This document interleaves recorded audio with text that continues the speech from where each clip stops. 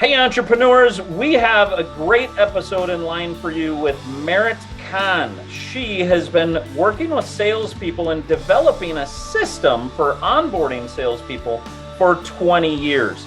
In this episode, you're going to learn about her definition for emotional intelligence that I personally feel is absolutely spot on. There are 3 elements of mindset that she walks us through, talks about the relationship between assertiveness and empathy. Believe it or not, there is a relationship between the two and there's a balance. She talks about providing evidence of values and culture and many tips along the way, including she gives away the 4 magic words that transform, which is a keynote speech of hers. Here's Kahn. Hey Merritt, happy to have you on the Entrepreneurs United podcast. I'm happy to be here. Thanks for having me. Yeah, we're excited. You just hopped on and we were talking off of the recording. You are all over the place on the internet between websites and programs and very accomplished. Can you talk to us a little bit about where you are today with what you offer, and then maybe a little backstory on how you got there? Well, absolutely, I could do that. And thanks for noticing that we're everywhere. I have a great team at SELLect Sales Development. So we are, it's a team effort to make sure all of that happens. Otherwise, I would never get any sleep. So I am the CEO of SELLect Sales Development, and we spell it SELLect. But we actually teach people how to stop selling and start getting selected. Huh? I love it. I love it. Good, right? Thank you. Most of our clients are really very, very good at what they do, but they're frustrated because they know they're experts in their field, they're the best in the business, and then they watch the guy down the hall get more business than they do because they're just not as confident in that sales process to grow new accounts or to grow existing business. And so that's where we play. That's our specialty. I've been doing this for more than 20 years. And before COVID, I was speaking at a lot of conferences. I would be the opening keynote or a breakout session, doing deep dives into a lot of our training content. And it's now that things are coming back, that is opening up again. So it's something that I love to do, is just to be on that leading edge to help people really see that more is possible for themselves as an entrepreneur, for their business, for the people that they employ or give them. It's something that I'm really passionate about as an entrepreneur for more than 20 years myself. And most of my business has really been helping other entrepreneurs. That's great. And is your niche on the sales side, or does it also expand into whole business consulting, that type of thing? I would definitely use me as your sales expert. So growing sales, expanding on existing business relationships. That's really our sweet spot. I also really am helpful for companies when they're in a growth phase and they're adding new salespeople to their team. I have systems and tools I've worked with, and our team does a great job with assessments to help people avoid really costly hiring mistakes. And then sort of a little offshoot genius zone that I developed over a really long time that wasn't anything that I studied or set out to do, but I had some clients early on that asked me to help them get their new salespeople up to speed really quick. And at that time, the only thing I had to offer them was, okay, we'll just put them in my sales training class. Like, what else can I do for you? And they said, yeah, we'll of course do that. But we want to get them up to speed with our values and how we communicate internally and our policies and procedures, and not so much just all the HR compliance things, but how to really feel like they're part of the team as fast as possible so that they can really be working in their role. And as you know, a salesperson, until they start generating business, they're just a cost. So yep. the shorter a time frame we can get from, learning where the restroom is to closing a deal, the better. And so I developed a really good system for how to train companies in how to develop and onboard sales professionals really quickly to shortcut that process. And I've got, over the years, it's turned into templates and checklists and a really well documented process that I can just hand to a client, and then we are just customizing it. So it's almost like I've done all the heavy lifting, and then we're just kind of tweaking it, which is such a blessing for a lot of companies that literally don't have any idea how to bring a new person into their organization. So yep. I would love to dig in on some of the system, but before I do, I would love before that to hear your shameless plug for your sales experience. Because I know I've heard from a number of entrepreneurs that don't want to hear just the theory that someone's espousing because they read 10 books and combined it in a unique way. Can you give us a shameless plug on your personal sales experience success? Early in my career, I was working in radio advertising business. I had a lot of success early on. They called me the pit bull of the office. I mean, as soon as I sunk my teeth into an opportunity, you were buying, you just didn't know it yet. And because I was, that followed the typical path that you hear, like salesperson, early success. Let's make that person a manager. So I was a very young sales manager. I had no concept of what a good sales manager really would do. And I put myself in a sales management training course, and I learned everything that I needed to learn. And I was able to develop a sales force from scratch. I made all of my mistakes, hiring and firing. But it was in that management role that I discovered that all the things that I liked about everything I did day to day had to do with growing and developing people and helping them achieve more for themselves, which made me look better. And it had nothing to do with the radio business. Mm-hmm. So I joined forces with that training organization, and I worked with them for almost a dozen years. And then I got a little bit frustrated because the line in that organization at that time was, don't get creative, just do our system. Mm-hmm. And that was tough for me because any entrepreneur will, relate to, we're creative and we're always wanting to improve on where we are. And so I really started studying things like emotional intelligence and cultural transformation. And I felt like the more I learned and expanded my knowledge, the more I had to offer my clients, the more I had to, I was able to meet them where they are, as opposed to just try to fit all of their sales challenges or business growth challenges into the one system that I was trained to teach. Mm-hmm. And that really, I think, gave me a lot of my edge. And so instead of just teaching the mechanics of selling and what to do to be in motion, like the actions and behaviors you need to do consistently to grow your business, I was able to add a whole component, a real success sales mindset, which is something that I think is very unique in the marketplace, where, we often don't know what our blind spots are, the ideas and the messaging that we say to ourselves and how we operate in the world, and some of the things that are happening below the surface, like your level of empathy and assertiveness, makes a big difference in your ability to execute something you might learn in a sales training course. I can give you more examples about that, but I think that mindset piece is something that I'm very proud of. And I think something that so many of my clients over the years have pointed to as a real differentiator to any other programs, and also a complement. So I've worked with a lot of companies that, we do spin selling, we do solution selling, and they're all in on that methodology. And I think, great, I'm not here to undo that. Let's complement that, because the one piece that those programs don't offer is a peek into your mindset. And let's layer that on and add that to what you're learning, so that all of the things you've invested in training people on the mechanics of selling can work for you that much better. And I've had a lot of success going in as a complement to other sales training systems that people use. And I'm sure some of that compliment comes back to, you had mentioned emotional intelligence in some of your studies there.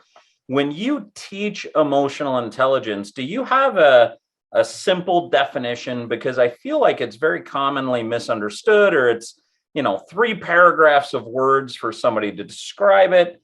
Do you have a definition that somebody could take note on and it'd be memorable and rather concise? Yes, let me simplify it for you. Yes. Emotional intelligence is really how well you understand your own emotions and the impact that they have on other people. That's the best definition of emotional intelligence I've come across. And I feel like mindset is really composed of 3 parts. So when I talk about and train and work with my clients on having a strong business development mindset, that first part is an internal mindset, right? So that's what you say to yourself. And that has to do with all the beliefs that you have about money and decision makers, or what is a lot of money and who you're comfortable talking to. And it's a lot of that scripting that we grew up with that operates in the background, and we've never really taken a look at it. So we don't get to redecide what works for us and what might be sabotaging us in an entrepreneurial way. The second piece is what I call your behavioral mindset. And many of your listeners are going to be familiar with DISC profiles and, kind of like your personality style. So that's how what your actions say to other people, right? So internal mind is what you say to yourself. Behavioral mind is what your actions say to other people. And then underlying all of that is really what I consider your emotional mindset. And that is how that emotional, the triggers that we all have, how well we can understand what's triggering us, what might trigger someone else, and how we can manage the emotions in a situation. Because business development, sales is emotional. People might make decisions intellectually, but they are buying because there's an emotional reason for them to make that purchase. Yeah. And we need to understand our own emotions and help them manage theirs if we're going to be effective in a selling, scenario. Maybe a good example would be helpful? Would that? Sure. Okay. Yeah, please. So, and I hate to go back. I think we're all sort of pandemicked out at this point, but it is a universal shared experience. So I'll grab it for a quick example. In the beginning of the pandemic, if you think back to how we all felt back in March, April, May of 2020, there was all this uncertainty swirling around, and we just didn't know what we didn't know at that time. And so I did a lot of virtual training for people about the relationship between empathy and assertiveness, 2 attributes in combination with each other. You could say, like, it's really good to be empathetic, and it might be really bad to be assertive, overly assertive. But that combination, no matter what I trained you to say back in that pandemic, experience, you might be on the phone with a prospect or a client and say, oh, it's so tough out there. Why don't we just, even if you had something that was really helpful for them in that moment, you would say, I'm so sorry. We're all, you're dealing with this. Why don't we touch base in 6 months and see where you're at? That's high empathy, low assertiveness. Now, if you tip the scales the other way and you're high assertiveness, low empathy in that same conditions of the marketplace, you're kind of a jerk, because probably what you're saying is, pandemic, like, I got this thing to sell, this is going to help you. And it comes off too aggressive. Yep. So where you really want to play is a balance. So in that way, it would sound like, hey, it's really challenging. None of us know what's happening. I'll tell you what, why don't we have a conversation, if you're open to it, about something that is within our control? And let's just work on this one challenge that you're having, because there is a solution that we might be very appropriate for us to help you with. And I think let's just zero in on that one piece. Would that be okay? And that's being assertive, because I do have something that can help, but it's also being empathetic to where they are in the world at the moment. Yeah. And I did a lot of work over that first year of the pandemic, even to present day, really helping people understand where they are right now, and then how to balance things out so that they can be more effective in their entrepreneurial journey. Yeah. Merritt, it strikes me that I want to recap what I believe I understand your business to be. And let me see if I got this right. Where performance mindset comes in, it's absolutely a key word today, whether you're a professional athlete, whether you're a CEO of a company, whether you're a sales rep, wherever you fall in your profession, performance mindset is such a big thing. And what you're taking is the performance mindset attributes of, you mentioned, your internal mindset, your behavioral mindset, your emotional mindset, which then takes us to emotional intelligence, takes a whole bunch of different areas. And you're applying those to the field of sales and sales executives. And whether they're following spin selling or this methodology or that methodology, that doesn't really matter, because what you're really talking about is how they're processing that, or how the company's processing that from a performance mindset perspective and applying it to the sales strategy. Is that correct? Bingo, nailed it. Okay. Mic drop. And so if you wanted to pivot tomorrow and said, I don't really like sales, I'm going to now work with leaders of companies and how they can have performance mindset with their teams, you would just pivot and take exactly the core of what you studied and researched and learned about human nature and apply it to that particular field. But you have a passion for sales. It's where you started. It's where you performed. It's an area you've developed such a strong expertise in that you help companies apply human nature, mindset, performance to the field of sales, whether that be onboarding them, helping them sell more products. That's my understanding. That's very well said. I would say I would just add one layer on that leadership piece. The leaders, entrepreneurs, professionals who would never in a million years consider themselves salespeople. The thing that we need to do is we're trying to be more influential with other people. Yes. Right? To be more influential with other people means we really have to have a deep understanding of everything that has influence over us. Sure. And that's why that mindset performance piece is so important, specifically to sales and leadership, is because those two areas are all centered on being influential. Yep. And so I actually am still working. I started working with this client, a national multi-million-dollar organization with a leadership team of 60 executives. So that's just their leadership team. And they hired me. Initially, the project was going to be speaking at their annual event and doing some other sessions in between. And then when the pandemic hit and everything kind of shut down, we switched gears and we ended up pivoting to, I think, what was a much better plan. Mm-hmm. So it's kind of accidental, honestly, that I did an emotional intelligence assessment for every one of those 60 leaders. And I did an individual debrief with every one of those 60 leaders. They all had something different, but we applied what the lessons that they learned from seeing how they were wired specifically to how do they manage effectively in a remote environment? Yep. How do they maintain influence? How do they help their own people grow? So it wasn't very sales focused. It was definitely influence and leadership focused. Yep. And now we've expanded that program. We're doing some other things. It's been an ongoing, we're coming into our second full year of working together, third full year of working together. So there's a lot of application to the different things that I do, which Yep. For good or better or worse, it's sometimes hard to explain, but Sure. there's, but I would say, entrepreneurs or people, leading companies in growth mode Yes. is, that's where you want to kind of say, and I've had people start conversations with me like, I heard you on a podcast. I'm not exactly sure how or if we would work together, but I liked what I heard. Here's what's happening in my world. Yeah. Is this anything that would be in your wheelhouse? And I've had many conversations like that. Yeah. And some of them I'm like, you know what? I hear where you're at. That is not my genius zone. I have a resource for you. And I'm not gonna, work with somebody who I'm not a good fit for. Sure. And other people, we've gone on to have other conversations and mastermind different ways that I can be helpful or someone on my team can work. So well, let me help if I can. I think I'm seeing exactly where your business comes in. And let me try this.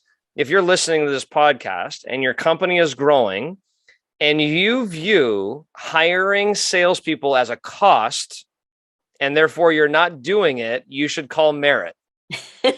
Yes, perfect. Right? Because I've been there before. Rich, you've been there before. You're running a business, you're looking at your budget and what you got going on, and you want to grow, but you don't want to hire that sales rep. And the reason you don't want to hire that sales rep is it may take a year for that sales rep to give you a return.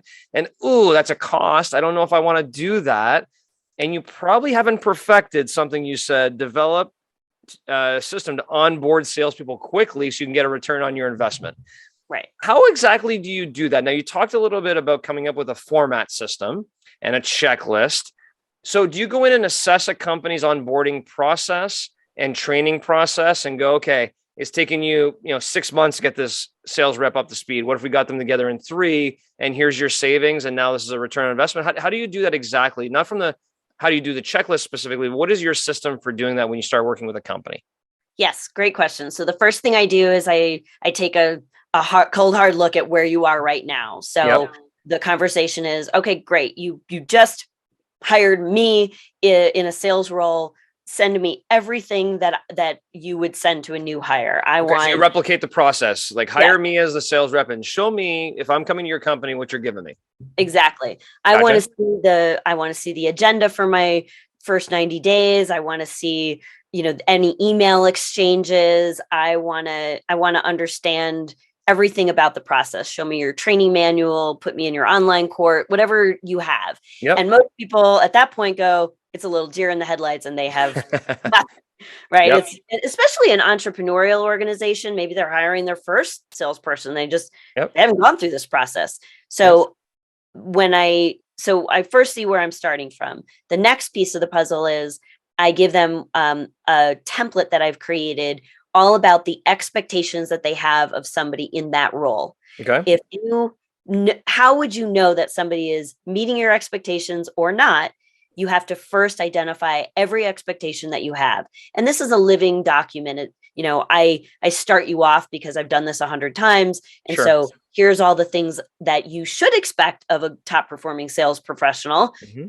The things they need to know, the actions they need to be able to take, and the systems and tools they need to be able to use in your business, right? What CRM do you use? What's your online meeting tool? Like all of it. Mm-hmm. And then you break it down. And I've got a lot of the words and the formulas already figured out. So if you obviously you want to teach your new hire about the values and the culture of your business. So first you start with, here's my template of, how you would have those discussions, how you would deliver that training piece about how long it takes. And then I help the leader in the organization or the HR person or the sales director or whoever I'm working with to customize for them. So it's much easier to edit than start from scratch. Yeah. So I'm bringing you, here's all the possible expectations you might have. Let's delete the ones that don't fit. Let's edit the ones that are left. And then let's add the ones that are unique to your business or your industry. Yep. And so they feel like they've got a lot more structure going in that way. And then, we look at, okay, how do you teach somebody the values of your organization, what your culture really is? Mm-hmm. And so we mastermind different ways to demonstrate evidence that, like, if you say we're all about people, we're, teamwork is important value here. Okay, great. Well, prove it. Yep. What examples can you give me? Because you got to articulate that to a new hire. You can't just say, we're about teamwork. That means the whole team greets them at the door on day one. And then you can say, we're about teamwork. And that's why we're all here to welcome you the moment you walk in the door. And it's like, bam, now you've got a sticky lesson. They'll never forget you're about teamwork. Yep. So I'm looking for ways to really develop a good program for a company so that, sometimes we're moving I'm hired right before the new hire is starting, and we're just working like mad to be 1 or 2 steps ahead of the new guy. Sure. I've got a client like that now. That's not my recommendation. Build it before you need it. Sure. But in worst case scenario, you're hiring somebody in the next couple of weeks, like, call me, I'll figure it out for you. Yeah. And when you think about it too, like just the carrying cost of a non-producing sales rep is 100% of their compensation and load and expenses. And, we're talking 10,000 plus a month, when you think about all the taxes and load and everything else, and depending on the role and the industry and whatever, I mean, for you to save them 1, 2, 3, 4, 6 months of waste as an incredible return on investment on hiring you. Can you give our audience a little taste of that? So if I was to ask you, on the average company you work with, how many issues are there with their onboarding, training, and management process of sales rep? You'd be like, there's probably hundreds. Like, no one's got this licked, right? There's probably hundreds of things where they faulty or they're not doing it perfectly correct. If I was to say, let's give our listeners a return on investment of listening to this podcast and give them 1, 2, maybe 3 things that you could say, I'm sure in my experience, no companies are really getting this right. Here's what you should do this afternoon to improve your hiring process, and call me to get more. What would those 2 or 3 things be? Perfect. So the very first thing, the number one mistake companies make, bar none, is new hire comes in morning of the first day and they go straight to HR for paperwork. Okay. Dear God, please stop doing that. I know you've got to get your paperwork. You've got to dot I's and cross T's and sign a bunch of stuff. Don't waste that first morning when your new hire is more enthusiastic than they will ever be, and send them to the worst experience that they're going to have, especially a salesperson who is people oriented. Don't worry about that. You can do that after lunch. Nothing's going to happen. The first thing, get that whole morning reoriented around people. And it's not just the boss. In fact, I would do the lunch with the boss on day 2 or 3. Let them get familiar with their colleagues, the people that they're gonna be work friends with. Because the faster you can start to build those relationships, the stickier that your opportunity is for that new hire. Love it. So that would be the first thing. And I would say the other thing is, especially in, we're still in the virtual world per se. So if you're, to the extent that you can get people together in person, that's always preferred, but do something to build team and camaraderie for that new hire right out of the gate. It's not extra, invest in it, spend a little money on that. Because again, the sooner that they know and they're comfortable going to colleagues on the team, they're going to get up to speed quicker. So those would be sort of like the people things I would do. The other big mistake I've seen is not having some of the basics covered. Like, if you're new hire, this true story, this is so embarrassing, but like probably, 15 years ago, I was doing a presentation for a CEO group, and we were kind of going around the room, and everybody was telling me what they do on the first, day or so of a new hire. And one guy says, well, the first thing that we do is we have them come in and build their desk. We use IKEA desks, and they build their desk. And I'm like, so are you, is that like part of the job that they're doing? Like, is that the test? Is that, like, what? And he's like, no, and I go, okay, stop that immediately. Like, can you imagine walking in on your first day and they're like, okay, not just like, here's your office space, but here's the box and a little wrench thing, and you have chair, to go to the desk. Like, no. So I've seen that would take me the whole day. My whole first day would be burnt. Right? No, it wouldn't take you the first day, because you know what would happen? You'd get to about the 3rd instruction on the desk and you'd be like, I'm out of here. There's other places. And especially in this marketplace, you can't do that stuff. So I that's a huge extreme example, but button down those little the basics things. covered. have some business cards ready for them, even though we're all digital, but there's something nice about touching it, right? Like it says, hey, we thought about this before the morning you arrived. Yeah, no doubt. I have one other like little quick, it's a little quick tip. It doesn't require any work, or it's just a reorganization, and it's more of a mindset play. What day of the week do you think most new hires start? Monday. Exactly. That's terrible. Don't do that. Start them on a Friday if you can. Friday is all about people. It's all about culture. It's more relaxed vibe in the office. There's usually a happy hour. There's a happy hour. There's like make an event out of it. And then there's that natural break for the weekend. So you get somebody excited. You really celebrate their arrival.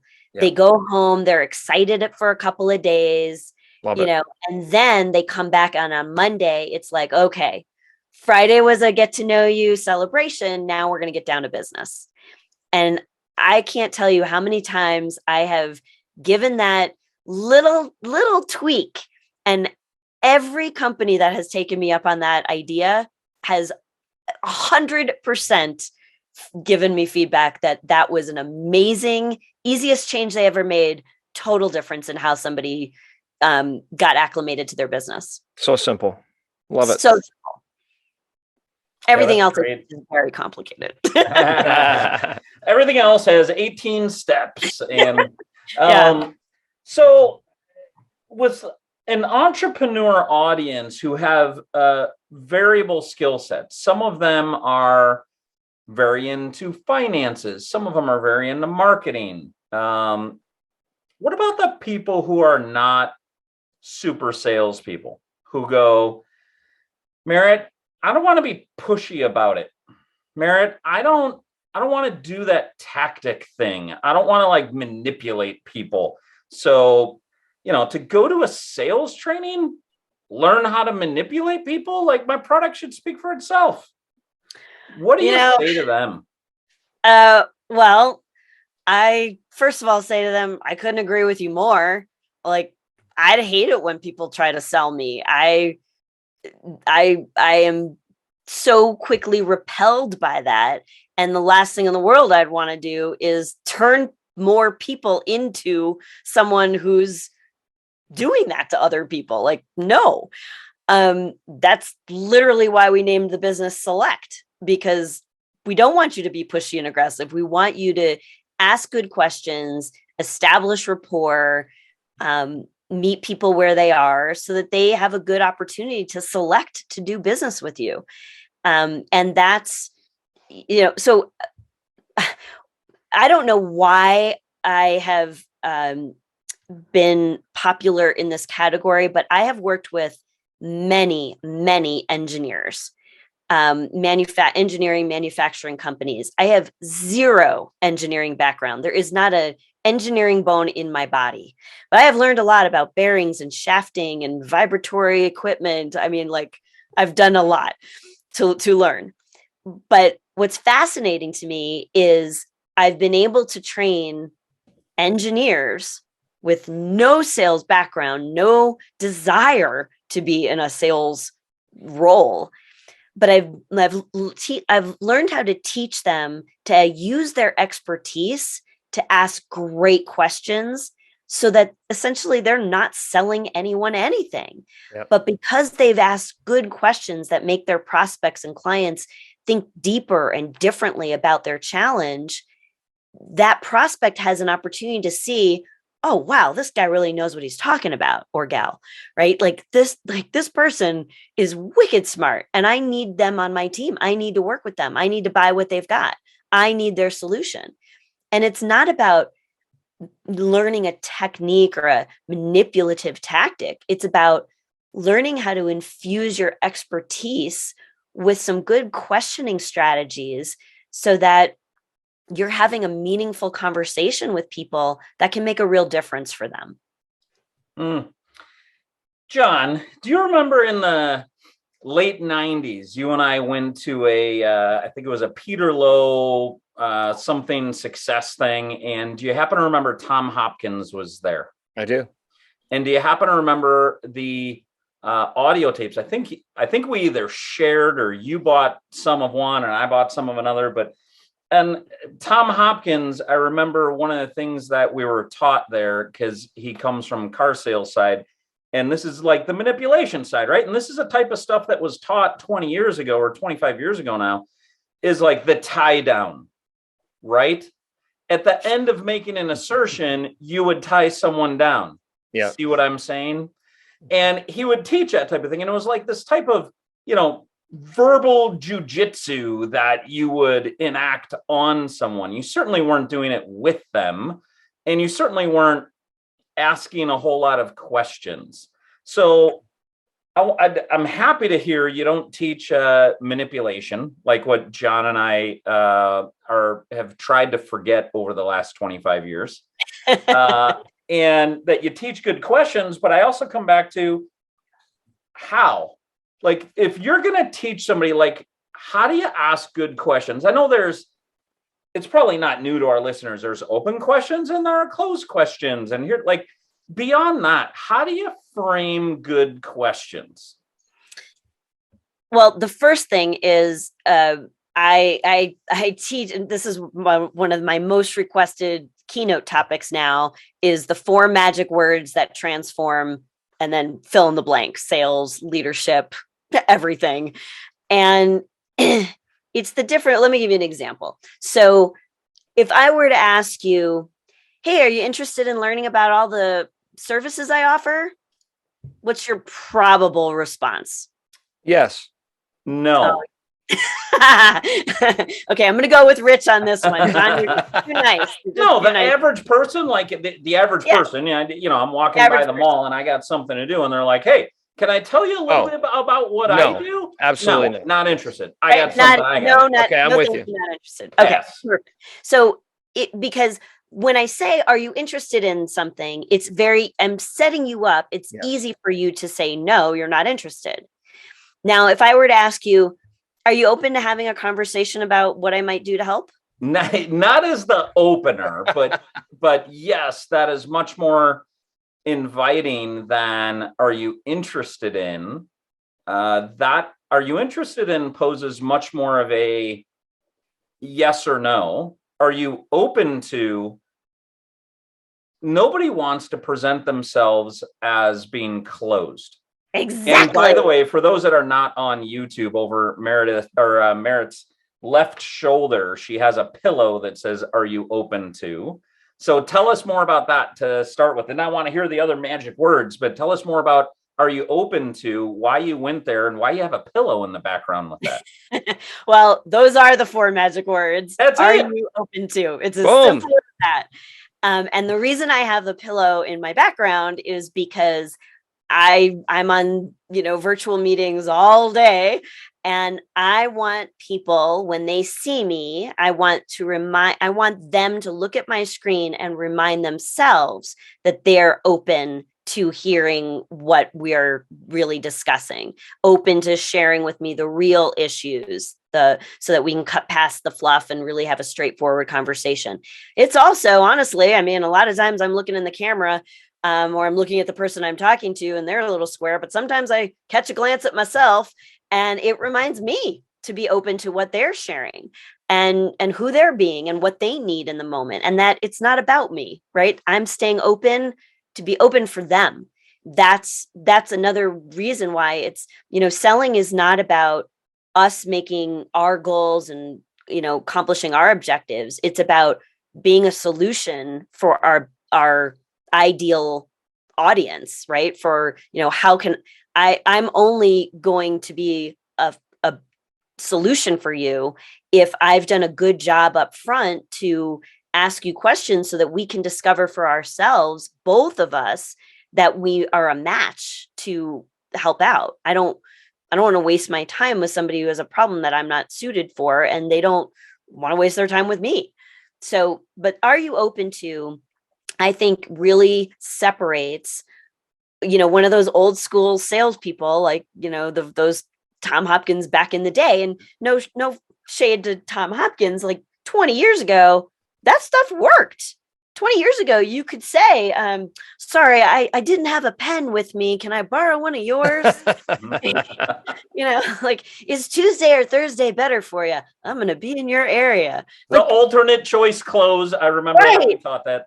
Right. Or the Ben Franklin close. Like, what would Ben Franklin do? Let's make a list of pluses and minuses. Like, you can't do that in today's day and age, because we all grew up with that same training. It's old. It's it's antiquated. It's like, that'd be like me saying, I'll fax you the invoice. I'm not faxing you an invoice. Like, no one does that. It's old. So being interested is easy to say no to. But to your point, Rich, you picked up on the fact that we don't want to identify ourselves as closed-minded. So I'm using psychology of speaking to the identity that you see for yourself. And if I can get you to a place where you first of all get to feel good, because just in those 4 words, I've established that you're an open-minded person. So you already feel good. I'm also opening your mind to the possibility of all of the things that I have to offer and to have a conversation. I look at it like this, and I'll try to walk you through it if you're just listening in auditory land. But if you make a fist, make a fist with your left hand. And if you imagine that is your prospect's mind, it's closed, right? There's nothing getting in. And all day long, if you put a $20 bill or $50 bill in your other hand and you're waving it around, and that represents the value that you bring in the marketplace. And all day long, you're like waving this $20 bill around your closed fist. And it's like, I've got this, I've got that. I do online training and emotional intelligence, and I've got keynotes and da-da-da. And I'm trying to jam my dollar bill into this closed fist, but I can't get it. So the first thing we want to do is open our client's mind, open our prospect's mind to receive our value. And so that's the metaphor when I'm in front of people live and they can go through that. So if you open their fist, if you open your fist representing their mind, then you can lay that bill right on top. They're open to receiving. Now, it doesn't mean you're going to close every deal, but it means you have a shot, because they've acknowledged that they're open to hearing what your solutions might provide. And an open mind is the very first step to a closed deal. Nothing I love that.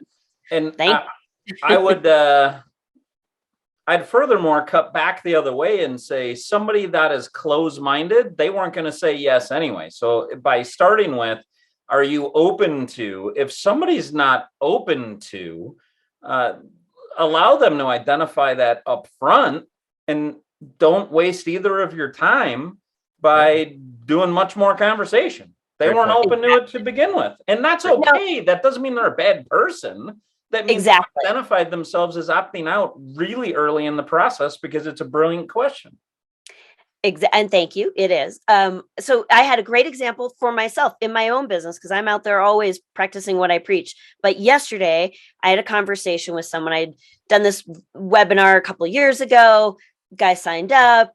He was on my list. He's getting my messages. And I noticed that several people from his company had clicked on the link, right? Because it's Big Brother world and we can all see what's going on behind the scenes. And that's how you know who you're going to call. So I picked up the phone and I called the VP of sales. And I said, look, I've had a lot of activity from this recent email that I sent. Several people in your department have clicked on it. What's going on over there? Like, is there a sales situation? Like, what's happening? We had this great conversation. I asked him, are you open to learning about some of the training and coaching and different things that we offer to support your team? And he said, if you had called me 6 months ago, I probably would have been open to it. But we've just made a very big investment in another training methodology. And we're all in on that. And I said, great. I appreciate that you shared that with me. Are you open to hearing about how some of the emotional mindset pieces I've been able to deliver in as a complement to the mechanics of, the sales process that you're learning? And he said, well, tell me more about that. And so, it was all out of, first of all, I have a very strong sales mindset. I see possibilities everywhere. I'm like that little kid in The Sixth Sense. Like, I don't see dead people. I see sales possibilities everywhere. Yep. And so I didn't like cave at the first thing that he said, like, no, we've just made this big investment. I said, well, are you open to learning about how I've worked with companies that are committed to a sales process, but this piece of it isn't usually part of it? Why don't I do a little homework on the methodology that you're using, and let me see if they've got this covered. We'll shake hands and part friends. No hard feelings. I hope it all works well for you. And if it's not something that is part of their program, would you be open to having the conversation about how this would be a complement? And he said, yeah, absolutely. I would have that conversation, especially because they made a big investment. So, there's being open to is the start of everything.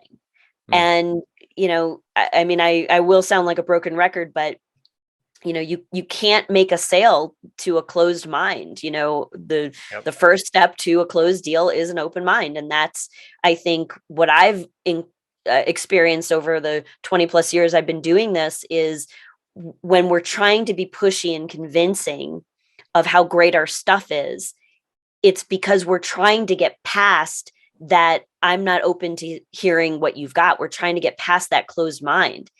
And being pushy and convincing has never been effective in getting someone to open their mind. But those 4 little words have been incredibly effective, because people want to be open-minded. They want others to see them that way. Yep. And it just taps into the right part of the brain. Yeah. Merritt and Rich, one thing that I think I'm getting from this, are you open to, is although there are sales opportunities everywhere, and I love the optimistic view of it, it is definitely a qualifier to know if you're in the right spot at the right time. And what came to me is, if I synthesize this and help me, realign these, Merritt, if you can, or add to it. But if I was to say, what are the steps that, the key steps to getting SELLected, right? I would say, 1, you need to open their mind to receive the value, which thus the question. I love that. 2, meet them where they are. If they're closed-minded on this, maybe they're open on something else. Maybe they're just closed altogether and you should move on to the next person. And 3, ask great questions. Those are the 3 things that I'm kind of pulling together. If you want to get SELLected, open their mind, receive value, meet them where they are, and ask great questions. Yes. What would you add to or realign or change? Is there a 4th one, or would those be the 3 keys from Merritt on the 3 keys to getting SELLected? I will add one to that, which is establishing agreement, like an expectation that it's a dialogue, that you've got permission to ask questions, particularly in areas where you may feel a little apprehensive. Like, okay. We teach people what we call our plan, PLAN: purpose, logistics, agenda, next steps. So you set sort of a framework. So it would be, first I want to open their mind to the possibility of having the conversation. Then I want to set a plan so that we're both clear about how this works. And, first we're going to have a conversation. We're going to ask and answer each other's questions. We'll talk for about a half an hour. Does all that sound good to you? So you're getting agreement. It's a dialogue. Then you don't have to feel the pressure of like talking really fast or trying to shove on all of your value. And then at the end, you're also establishing and at some point it might make sense for us to talk about other people you're going to involve in the decision-making process, or, how you set budgets for things like this, or, and if we like each other's answers, let's talk about what a good next step is. Okay. And so you set that expectation and get agreement up front, and then you can go into more of the right questions to qualify or disqualify the opportunity. So qualifying for the problem that they have, and that you actually do have a appropriate solution for that, qualifying for the investment that they're able and willing to make in a solution to their problem, and then qualifying for, the not just who are the decision makers, but what's their process and how long does it take, and Sure. where else in the organization. So there's a lot of questions that go into that step. And then, but that's the only piece I would add to your approach. So the A in the acronym of plan is agreement. Agenda. Is that correct? Agenda. Okay. So purpose, logistics, agenda, next steps is the acronym plan. And when I asked you, is there another key you should add to being open-minded, meet them where they are, and ask great questions? I synthesized what you said is to establish trust. Is that fair? Establish trust between you and the potential prospect? Yeah. And I think, and it's very much the podcast that you did with the gentleman who talked about trust and the bridge and all of that. I think, that's for, if you haven't listened to that one, that was a great episode. Yes. And I just feel like establishing trust is not you can't just say to somebody, you can trust me, right? Yes. Those are the last people we trust. Yeah. But it's demonstrating with evidence of that you're somebody that is not going to fast forward this sales process to try to sell whatever you think you want them to buy. And so it's how you conduct yourself. It's why asking questions like, are you open to, and meeting them where they are and establishing that plan are all really designed deliberately to bring down someone's defense wall. So people who aren't in a traditional sales role, who are afraid of feeling like they're being pushy or they're going to be trained in some manipulation tactic, they really like that, the part of what we're training is to help people bring down the defense wall so that they don't feel like they're manipulated. Sure.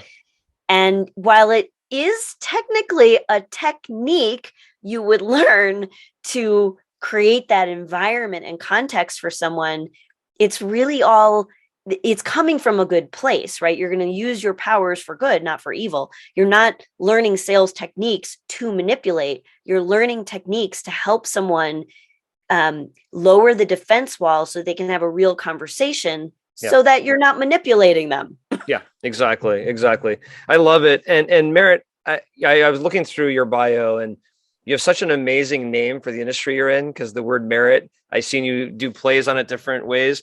Are you open to me asking you about the book of merit? Sure. Yes. I love talking about that. So, and true fun fact, I actually once dated a gentleman whose last name was Worthy. Merit worthy?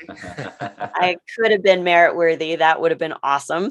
So Book of Merit is a one-woman inspiring comedy show that I wrote to celebrate my 50th birthday.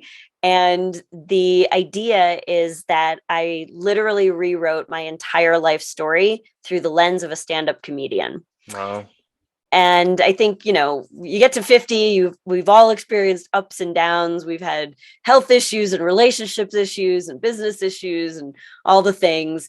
And so it really was an expression where I got to mine my whole life story for the people who were most influential, the lessons that I learned, the things that made me laugh, the people that were important. And I wove it all together into this one-woman show that I will be taking back on the road. I'm going to be performing. I'm working with a very talented comedian veteran who is well known in the industry. I have to get permission before I just name drop. No problem. She's produced shows on Showtime, and so she's taken on my project to help me tighten up the script a little bit. And we're going to tour the show. So added little benefit if your audience, I'll give them a little, we'll give them a link to go to get some business tools. But if you put your name on that list, I will add you to the list of, so you'll be in the know when I take the show on the road and perform it again. That sounds like so much fun. And I know you also have a book, Myth Shift, that you put out a couple of years ago, I believe. I'm assuming along the same philosophies of everything we talked about here today. Is that correct?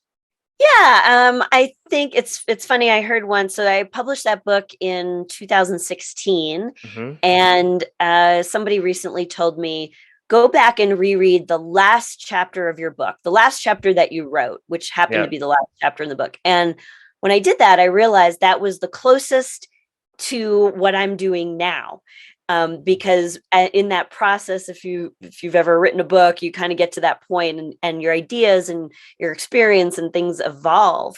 Sure. And the things that I wrote about in that last piece, which was the chapter on what I call redeciding, which is, you make decisions based on the information you have in that moment. And then, as any entrepreneur as well knows, new information comes into play that Sure. may render those initial decisions irrelevant or costly and difficult, the wrong the decision. And so instead of just like sort of changing your mind, which has a bad sort of connotation to it, I played with the term redecide, which is based on this information that I had at the time. That was the right decision. Now I have some new information. I'm going to redecide my position on this. And here's the new action we're going to take. And so myth shift, challenging the truths that sabotage success. That was the name of the 2016 book. And the new one is in the works, but we'll see. We'll see for sure. Merritt, thank you very much for your time. A lot of great tidbits of information here. And please start your salespeople on Fridays. I love that feedback. I hope everybody takes that one as well, along with all the other tips you gave us here today. So best of luck to you, and look forward to potentially seeing your show someday. Thank you, Merritt. Yes. Catch the show. I'm sure in your show notes we can put the link, but it's merritkahn.com, MERITKAHN. And then if you put a .com/podcast, Okay. you'll get access to some resources that complement some of the things that we talked about today, and a SWOT analysis. We do a sales SWOT, so it'll be a good opportunity for you to see where some of the blind spots are in your business, and I'll give you some actual one-on-one feedback of what you can do to improve. I know we can't promise that forever, but right now we just started offering that, so we're not over flooded yet. So one-on-one, not a boilerplate response, but actual feedback for me. Wow, what a gift. Thank you very much for your time and for that gift. Much appreciated. Please stick around for a few more minutes while Rich and I break down this episode. The first step to a closed deal is an open mind. Would you be, or are you open to? I called it brilliant when Merritt was on, and behind her back, I'll call it brilliant again. I think that is brilliant. I think it's great. Are you open to? And I think generally as a salesperson, are you open to a conversation, or are you open to learning more about?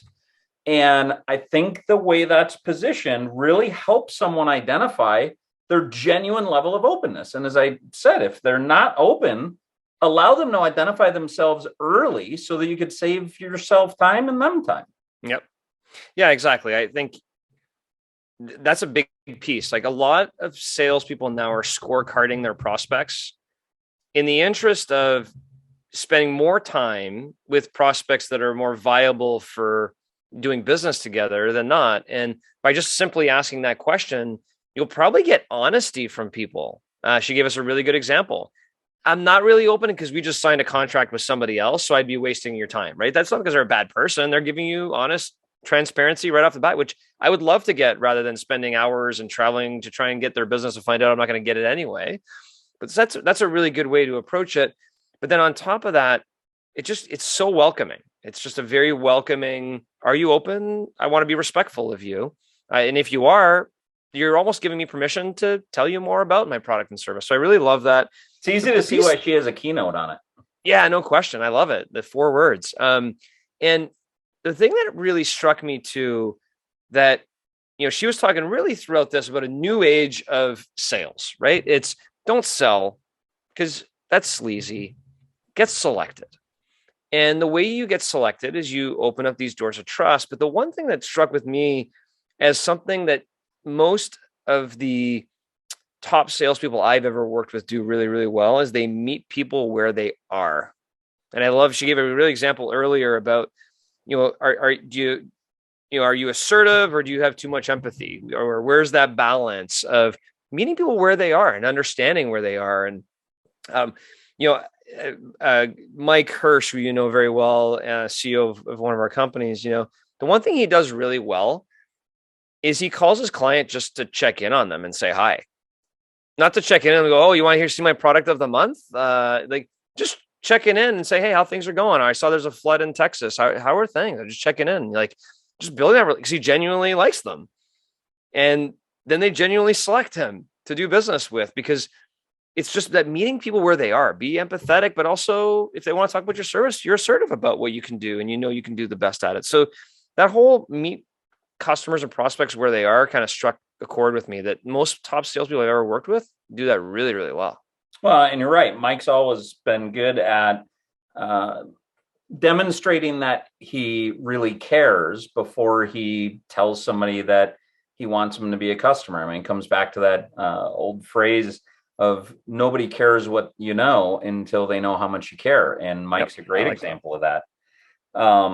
I love that definition that Merritt gave us on emotional intelligence. It reminds me, and I'll repeat it in just a moment, but it reminds me of a consultant that I've used that he has the best definition, I think, on strategy. And it's concise. What is strategy? And he says it's an allocation of scarce resources. Boom, done. I have that from Merritt now. Somebody says, what is emotional intelligence? Well, it's how well you understand your own emotions and the impact they have on other people. That is sweet and concise and memorable and accurate. And I'm so glad that she shared that with us. It's, I do think emotional intelligence is incredibly important, and I have personally found it difficult to describe. And now I have words for it. Yeah, I'd also say, performance mindset is big, but in business, in business school, in college, they should be teaching emotional intelligence. Way too many they times. Should teach finance in high school.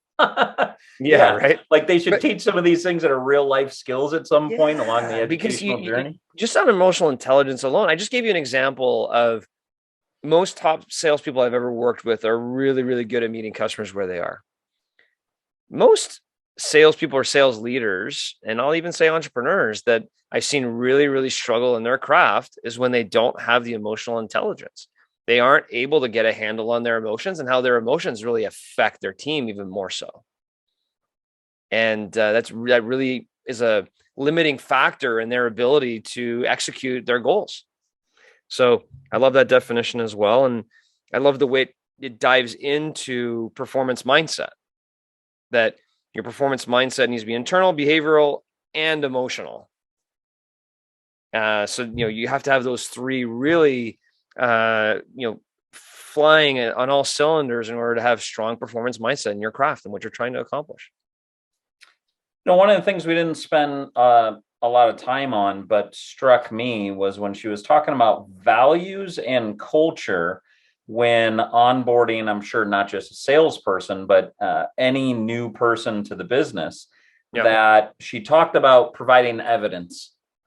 Don't just, she didn't say this exactly, but basically she said, don't just have the poster on the wall, act like it. Provide evidence of what your culture is instead of just talk about what your culture is, and the power of that and making that memorable on that first day, which should be a Friday.